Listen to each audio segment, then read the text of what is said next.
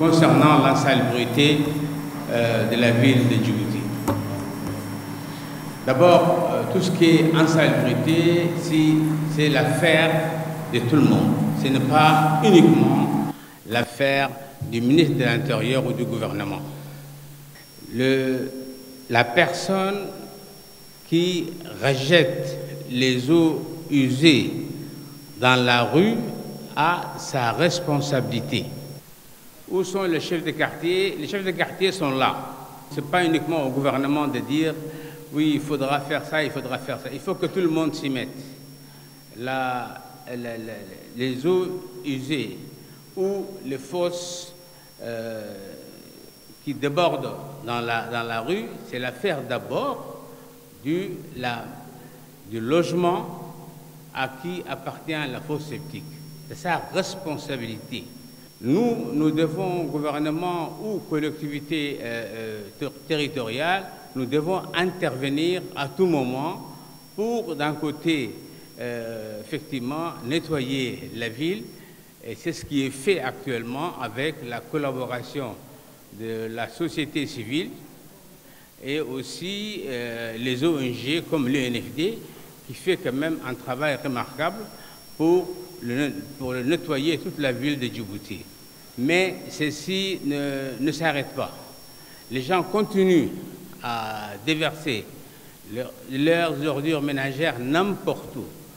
Mais ça, effectivement, ça va s'arrêter un jour puisque des dispositions seront prises par le gouvernement pour, cette fois-ci, sanctionner.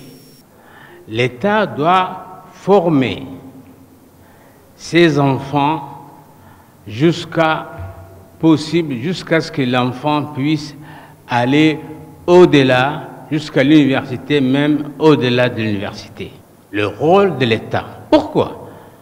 Parce qu'un enfant qui est bien formé peut s'insérer facilement dans l'emploi ou créer sa propre entreprise. Le plus grand succès du chef de l'État, c'est la création de l'université de Djibouti.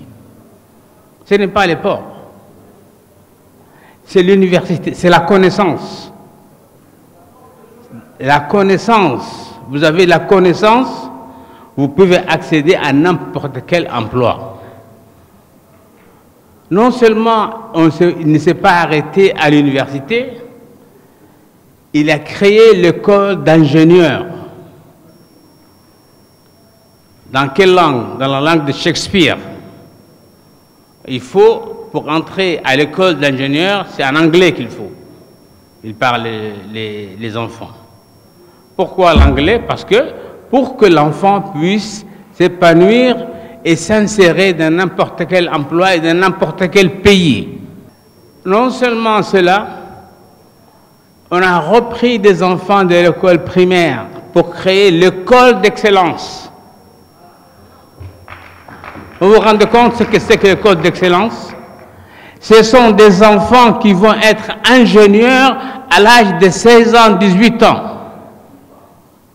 Ce sont des jeunes qui ont le bac à l'âge de 12 ans, 13 ans. C'est cela le plus grand succès du chef de l'État et du gouvernement. C'est former la jeunesse.